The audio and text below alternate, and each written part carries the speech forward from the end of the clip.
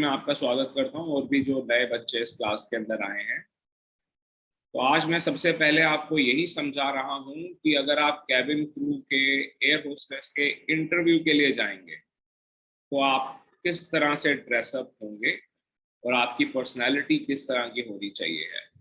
जो इंस्टीट्यूट लाखों रुपए लेकर आपको ये कोर्स करवाते हैं वो 3-3 महीने 6-6 महीने आपको सिर्फ यही समझाते रहते हैं कि शर्ट कौन सी पहननी है, ट्राउजर कौन सी पहननी है, और उसी में ही आपका टाइम खराब होता है। जबकि ये सब कुछ आप कुछ फोटोग्राफ्स देखकर और कुछ यूट्यूब की वीडियोस देखकर भी सीख सकते हैं। ठीक है, इसीलिए मैं आपसे ये प्रेजेंटेशन शेयर कर रहा हूँ। तो सबसे पहले आप यहाँ पर देख सकते हैं कि दो लड़कियां दिखाई गई हैं।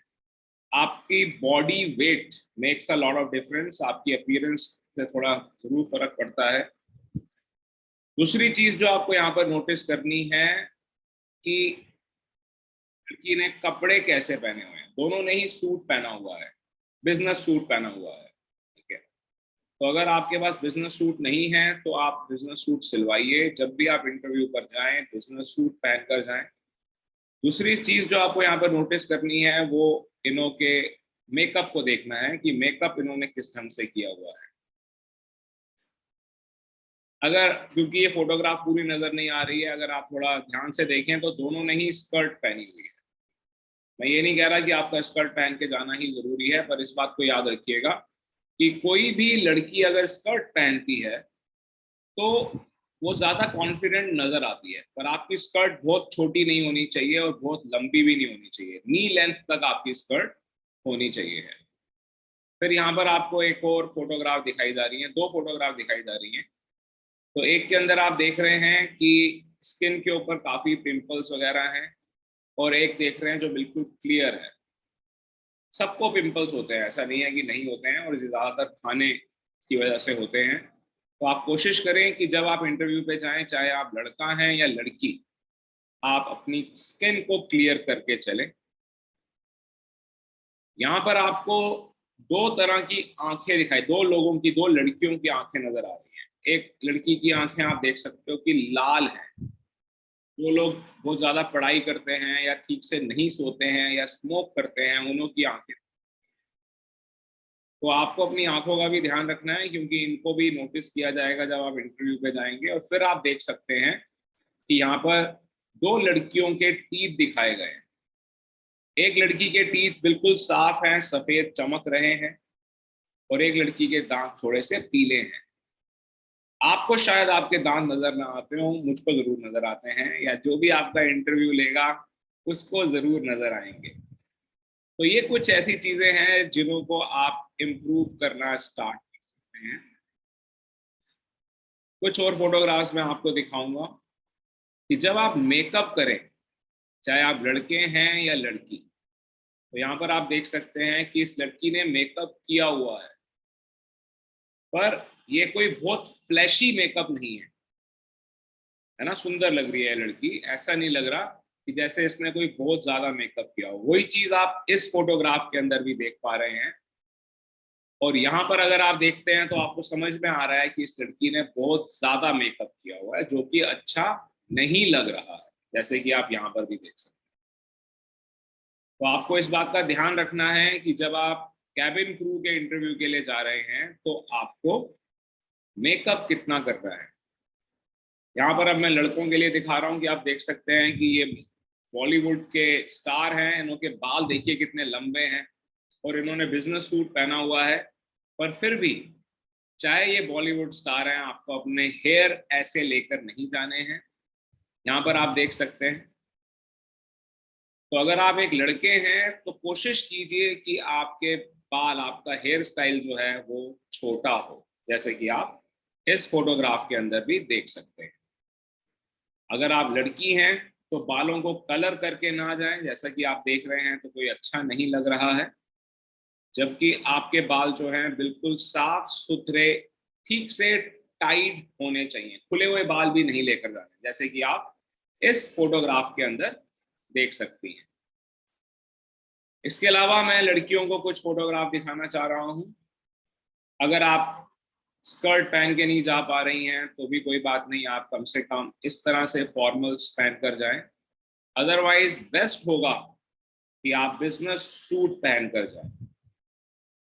तो आपको खुद को देख के ही पता लग रहा है कि कौन सी फोटोग्राफ ज्यादा इम्प्रेस कर रही है। जो आप, मैं इंस्टीट्यूट्स के नाम नहीं लूंगा, जो लाखों रुपए आप देते हैं वो आपको यही कपड़े पहनने सिखा रहे हैं। ये आप अपने घर में रहकर भी सीख सकते हैं। चाहे आपका बॉडी वेट थोड़ा ज्यादा हो तो भी अगर आप कपड़े बिल्कुल फिट ढंग से पहनेंगे, जो ना ज्यादा लूज ना ज्यादा टाइट, तो आप अच्छे ही लगेंगे। ये नॉर्मल ड्रेस है। जब आप कैबिन क्रू बन जाएंगे तो आपको इसी तरह के कपड़े पहनने होंगे।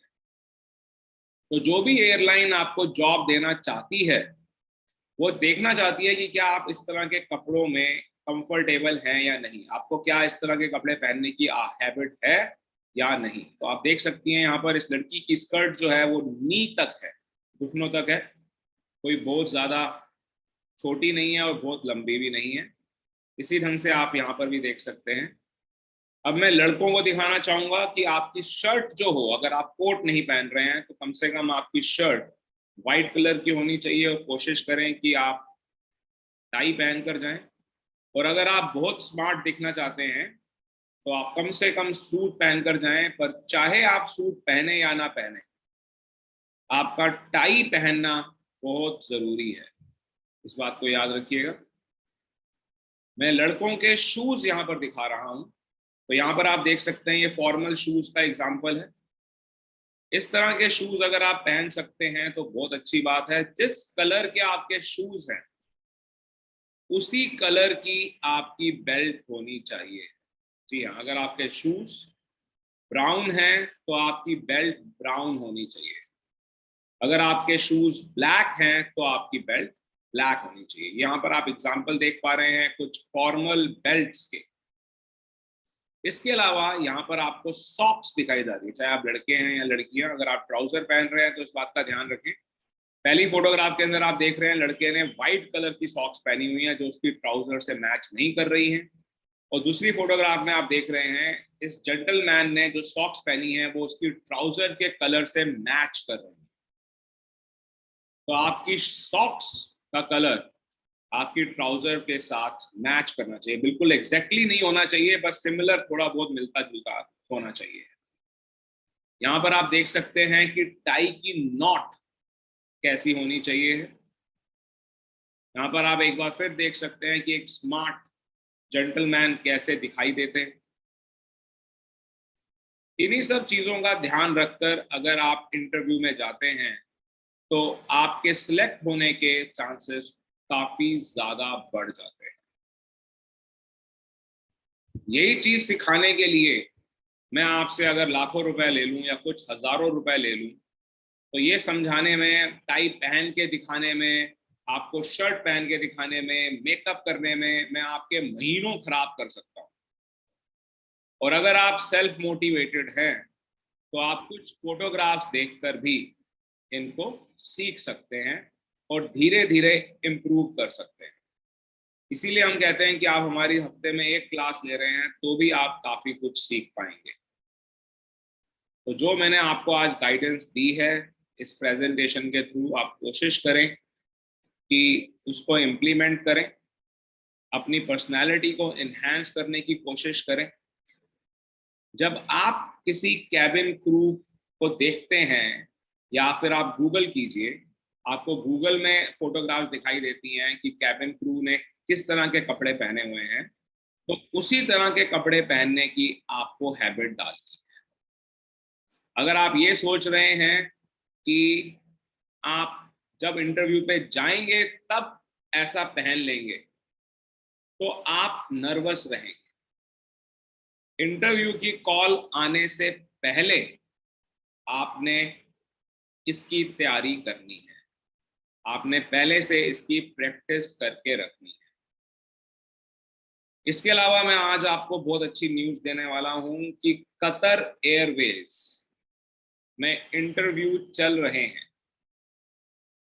आप में से कुछ लोग उन इंटरव्यूज के लिए एलिजिबल होंगे, जरूर होंगे, और हो सकता है कि कुछ लोग ना भी हों। तो जिनको भी इस इंटरव्यू की डिटेल चाहिए है कि कहाँ पर जाकर आपको अप्लाई करना है, वो मेरे को व्हाट्सएप कर देंगे, मैं उन्हें उसकी डिटेल दे दूंगा। उसके बाद अप्लाई आपने खुद करना है। नेक्स्ट क्लास में मैं आपको रेज्यूमे का भी सैंपल दूंगा कि आप अपना रेज्यूमे किस तरह से बनाएं। एक हम आपको फॉर्मेट दे देंगे ताकि आप उसको यूज करके आसानी से अपना रेज्यूमे बना सकें और कैबिन क्रू के इंटरव्यूज देने शुरू कर सकें।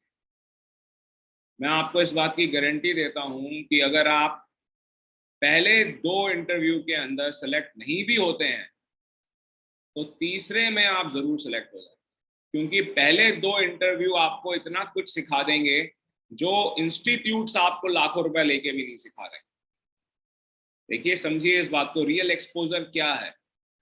रियल एक्सपोजर तो यही है ना कि जब आप इंटरव्यू में जाओगे, वहां पर 100-200 लोग इंटरव्यू दे रहे होंगे, आपको पता लगेगा कौन सिलेक्ट हुआ कौन नहीं हुआ। अगर कोई आईएएस ऑफिसर बनना चाहता है तो वो कई बार यूपीएससी के एग्जाम में 4-4 बार फेल होते हैं, 6-6 बार फेल होते हैं।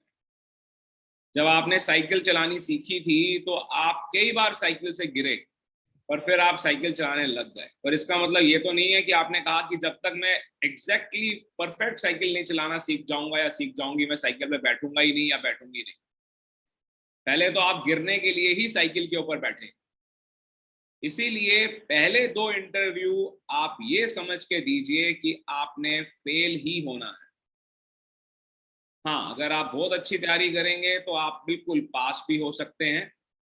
अगर आपकी तैयारी थोड़ी सी वीक होगी तो हो सकता है पहले 2 इंटरव्यू में आपका सिलेक्शन ना हो, बाकी इंटरव्यूज में आपका सिलेक्शन जरूर होगा। एक और मैं आपको बहुत अच्छी बात बताना चाहूंगा कि जो लोग भी ये फ्री कैबिन क्रू का कोर्स कर रहे हैं और इसको कंप्लीट करते हैं, सर्टिफिकेट लेते हैं, उसके बाद आप सब लोग चाहें, जो लोग भी इसे कंप्लीट करेंगे, तो हमारा फ्री एयर टिकटिंग का कोर्स भी कर सकते हैं, जो चाहे। अगर आपको लगता है कि आपके आसपास और भी कुछ ज़रूरतमंद लोग हैं जिनको फ्री में पढ़ने की ज़रूरत है ताकि वो अपनी लाइफ बना सकें, तो आप उनको भी ये बात बता सकते हैं। तो आज की क्लास में मैंने आपको यही समझाना था। एक बार फिर मैं आपको बोल रहा हूँ कि ये 100% फ्री कोर्स है। हम आपसे कभी भी कोई पैसे नहीं मांगने वाले हैं। इंटरव्यू की डिटेल हम आपको हमेशा देते रहेंगे। आप हमेशा यही कोशिश करें कि अगर कुछ बहुत ज़रूरी हो तो व्हाट्सएप करें, कॉल ना करें। अब अगर आप चाहें तो सवाल पूछ सकते हैं। जिसको भी सवाल पूछना है वो अपना हैंड रेस कर लेगा, मैं उसको अनम्यूट करूंगा और आपके सवाल का जवाब दे दूंगा। बेटा, आप जब ज्वाइन करते हैं ना जूम मीटिंग, तो नाम लिखने की ऑप्शन आती है। अगर अपना नाम लिख देंगे तो ज़्यादा अच्छा रहेगा। तो आपको मैंने अनम्यूट कर दिया है, CPH1931। अपना नाम बताइए। Okay. Hello, I'm Shonamika Dushat. So I'm from Kolkata. मैंने आपको मैंने जो पहली क्लास थी वो मैंने ज्वाइन नहीं की, क्योंकि मैंने जब YouTube पे आपका वीडियो देखा उसके बाद मैंने आपको WhatsApp पे कांटेक्ट किया। तो मेरा क्वेश्चन इज, एक्चुअली मैं कोलकाता में रहती हूँ। अगर मैं ये कोर्स कंप्लीट करती हूँ तो मैं ये सर्टिफिकेट जो है वो कैसे मुझे मिलेगा? आपकी आवाज़ काफ़ी कम आ रही है। Hello sir. हाँ जी, बोलिए। हाँ, आप मुझे सुन पा रहे हैं? हाँ जी, सुन सकता हूँ। लास्ट में आपने हाँ, क्या बोला वो बोलिए। मैं अपना सर्टिफिकेट क्या पीडीएफ हाँ जी, से हाँ या जी, फिर मेल सुनिए से? सुनिए मेरी, सुनिए। सर्टिफिकेट की आपको चिंता करने की ज़्यादा ज़रूरत नहीं है। अगर आप क्लास मिस भी कर रहे हैं तो इसी क्लास की रिकॉर्डिंग हम यूट्यूब पर डालते हैं। अगर आप उसको देख रहे हैं और आपको लगता है कि आपने सच में मेहनत करके इसको सीखा है, इम्प्लीमेंट कर पाएंगे, और आपने हमारी फ्री ई बुक को पूरा पढ़ा है, तो आपको सर्टिफिकेट ज़रूर मिलेगा। ठीक है, पर आप इस बात को याद रखिएगा, जब कोई आपको नौकरी देने के लिए आपका सर्टिफिकेट मांगता है तो वो सिर्फ सर्टिफिकेट के बेसिस पे आपको नौकरी नहीं देता, वो आपका इंटरव्यू लेते हैं और उसके अंदर आपकी नॉलेज को भी चेक किया जाता है। तो हमारा कहने का मतलब यही है, अगर आप लाइव क्लास के अंदर नॉलेज नहीं गेन कर पा रहे हैं तो रिकॉर्डिंग देखकर नॉलेज गेन कीजिए, हमारी बुक पढ़ के नॉलेज गेन कीजिए। इसके अलावा पिछले बैचेस की भी क्लासेस की रिकॉर्डिंग हमारे यूट्यूब चैनल पे अवेलेबल है। अगर आप प्ले लिस्ट में जाएंगे तो आपको काफ़ी अच्छी वीडियोस मिलेंगी जिसके अंदर काफ़ी ज़्यादा नॉलेज है। एक क्लास मैं आपको रिकमेंड करूंगा डेंजरस गुड्स की। अगर आपको हमारे यूट्यूब चैनल पे नहीं मिलती है तो मुझे व्हाट्सएप कर दीजिएगा, कॉल मत कीजिएगा, व्हाट्सएप कीजिएगा, मैं आपको ज़रूर भेज दूंगा। ठीक है, मैं विनीत आपको अनम्यूट कर रहा हूँ, आप अपना सवाल पूछिए।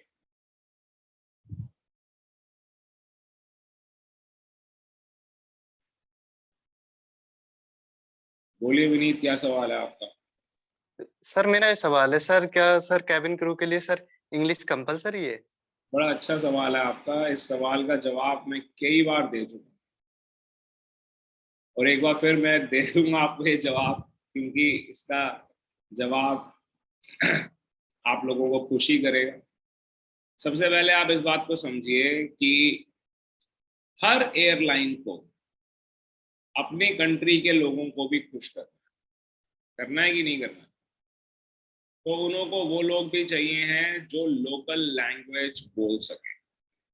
एक एयरलाइन है उड़ीसा एयर, अगर आपने नाम सुना हो तो। ये लोग प्रेफरेंस देते हैं उन लोगों को जॉब की जिनको उड़िया लैंग्वेज बोलनी आती है, चाहे उनको इंग्लिश ना आती। इसी रंग से नेपाल की नेशनल एयरलाइन है रॉयल नेपाल एयरलाइन। ये लोग प्रेफरेंस देते हैं जिन्हों को हिंदी बोलनी आती है। और ये एक ऐसी एयरलाइन है जिसके एयरक्राफ्ट का साइज छोटा होता है but frequency of the flight बहुत ज्यादा होती है। इसीलिए ये लोग काफी ज्यादा लोगों को जॉब भी देते हैं और कम हाइट वाले लोगों को भी जॉब देते हैं। और आप लोग इस बात मान कर चलिए कि नेपाल इंडियंस को जॉब देने में ज्यादा खुश रहता है, क्योंकि उन्हें मालूम है कि इंडियंस थोड़े से ज्यादा ग्रूम होंगे अगर वो नेपाल के लोगों को हायर कर रहे हैं उनसे। So I hope you got the answer. अगर आपको इंग्लिश आती होगी और अच्छी इंग्लिश आती होगी तो आप ज्यादा एयरलाइंस के लिए एलिजिबल है। बट अगर आपको इंग्लिश नहीं आती है तो भी आप एलिजिबल हैं, पर थोड़ी कम एयरलाइंस के लिए आप एलिजिबल हैं। आपको कुछ एयरलाइंस सेलेक्ट नहीं करेंगी, ज्यादातर एयरलाइंस 70% एयरलाइंस आपको नौकरी नहीं देना चाहेंगी, बट हाँ 30% एयरलाइंस ऐसी हैं जो आपको नौकरी देकर खुश है। Anyone else would like to ask any question? ठीक है, तो आज की क्लास में यहीं पर ही कंक्लूड करूंगा। आप लोग पढ़ते रहें। एक बार फिर मैं आपसे बोलूंगा कि अगर आप में से कोई भी कतर एयरवेज जिनके इंटरव्यूज चल रहे हैं उसकी डिटेल लेना चाहे तो वो मेरे को व्हाट्सएप कर देगा। मैं आपको डिटेल कल भेजूंगा, आज नहीं भेजूंगा। आप व्हाट्सएप चाहे आज कर दीजिए। जब मैं आपका व्हाट्सएप नहीं खोलता हूँ तो उसका मतलब ये होता है कि मैंने रिमाइंडर लगाया हुआ, क्योंकि अगर मैं खोल दूंगा तो इतने सारे मेरे पास दिन में कम से कम 1500 व्हाट्सएप आते हैं, तो मेरे को ध्यान नहीं रहेगा कि मैंने किसको जवाब दिया या नहीं दिया। और जब मैं आपका काम करने के लिए अपने ऑफिस में बैठता हूँ तब मैं आपके व्हाट्सएप खोलता हूँ और फटाफट सबको रिप्लाई करने लगता हूँ। ठीक है? हाँ जी, डेंजर मेसी सबसे पहले तो बेटा आप अपना नाम थोड़ा सा अच्छा थोड़ा चेंज कर लें तो ज़्यादा अच्छा रहेगा। आपको मैं अनम्यूट कर रहा हूँ, पूछिए आपका क्या सवाल है।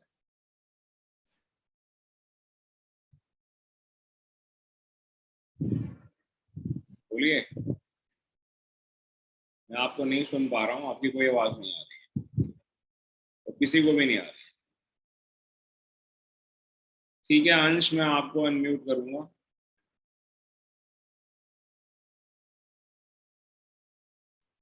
पूछिए अंश, क्या सवाल है आपका? Good evening sir. सर मेरा क्वेश्चन ये है कि अभी लास्ट टाइम मैंने ना आकाशा में इंटरव्यू दिया था जिसमें कि 2 सेंटीमीटर हाइट के पीछे मुझे लास्ट राउंड में रिजेक्शन मिल गया था। तो अभी ऐसा एयरलाइन कुछ है कि कौन सी थी? हाइट के पीछे आकाशा हाँ जी, आकाशा समझा नहीं मैं। कौन सी एयरलाइन थी? Qantas? Akasa airline sir. Akasa airline. Akasa airline के जो ओनर थे ना, उन्हों की हाइट इतनी कम थी कि उन्होंने कभी ऐसा रूल बनाया नहीं, पहली बात तो ये, ठीक है। दूसरी बात ये कि आकाशा एयरलाइन अभी नई एयरलाइन है, ठीक है, अभी उन्हों के पास एयरक्राफ्ट काफी कम है। तो अभी सिर्फ शुरू शुरू में जब एयरलाइन स्टार्ट होती है तो वो 1 या 2 एयरक्राफ्ट से स्टार्ट होती है और वो नॉर्मल साइज के एयरक्राफ्ट लेते हैं, तब वो एक नॉर्मल स्टैंडर्ड हाइट वालों को ही नौकरी दे रहे हैं। जब इन्हों की और फ्लाइट स्टार्ट हो जाती हैं छोटी डेस्टिनेशंस की, जिनकी हाइट भी कम, जिनका साइज कम होता है एयरक्राफ्ट का, तो उनकी हाइट भी कम होती है, तो वो छोटी हाइट वाले लोगों को भी नौकरी देते हैं, ठीक है। तो पहली बात तो ये कि आप निराश ना हो, और भी कुछ रीजनल एयरलाइंस हैं जो आपको जरूर जॉब दे देंगी, ठीक है। दूसरी बात ये, आपकी उम्र क्या है? सर 22। अगर आपकी उम्र 22 है, अभी भी आप थोड़ी कोशिश कर सकते हैं। हो सकता है कि आपकी 2 सेंटीमीटर से आप कह रहे हैं कि आप मात खा गए, तो अगर आप कोशिश करेंगे तो हो सकता है कि 2 सेंटीमीटर आपकी हाइट जरूर बढ़ जाए। मैं आपको तरीका बता देता हूँ, कोई दवाई नहीं खानी है। कोई कहता है ना कि दवाई खा लो आप लंबे हो जाओगे, कोई कहता है लटक जाओ, लटकने से लंबे हो जाओगे। लटकने से भी लंबे नहीं होते हैं, आप लंबे होंगे तो दौड़ लगाने से ही होंगे। तो आप जितनी ज्यादा दौड़ लगा सकते हैं, और साथ में थोड़ी सी वेट लिफ्टिंग करनी है। अब आप कहेंगे कि वेट लिफ्टिंग कैसे हेल्प करेगी, मैं गारंटी देता हूं आपको, और आप किसी समझदार इंसान से पूछिएगा, 40 साल की एज तक भी देखा गया है कि जिन लोगों ने कभी वेट लिफ्टिंग नहीं की थी, वेट लिफ्टिंग करने से उनकी 1 इंच हाइट इंक्रीज हो गई। तो वेट लिफ्टिंग आपने किसी एक पार्ट की नहीं करनी है, पहले आपने दौड़ लगानी है 20 मिनट, उसके बाद आपने शोल्डर्स और थाइस मतलब लेग्स, इन दोनों की वेट लिफ्टिंग करनी है, जो जिम में आपको कोई भी ट्रेनर अच्छे से समझा देगा। 3 महीने के अंदर आप देखेंगे कि 2 सेंटीमीटर हाइट तो 25 साल तक बड़े आराम से बढ़ जाती है, और आप तो सिर्फ 22 साल के। तो निराश होने की जरूरत नहीं है। तो इसी नोट पर मैं आपकी क्लास आज की खत्म करूंगा। पढ़ते रहिए, आप सब लोग जरूर सक्सेसफुल होंगे। Thank you.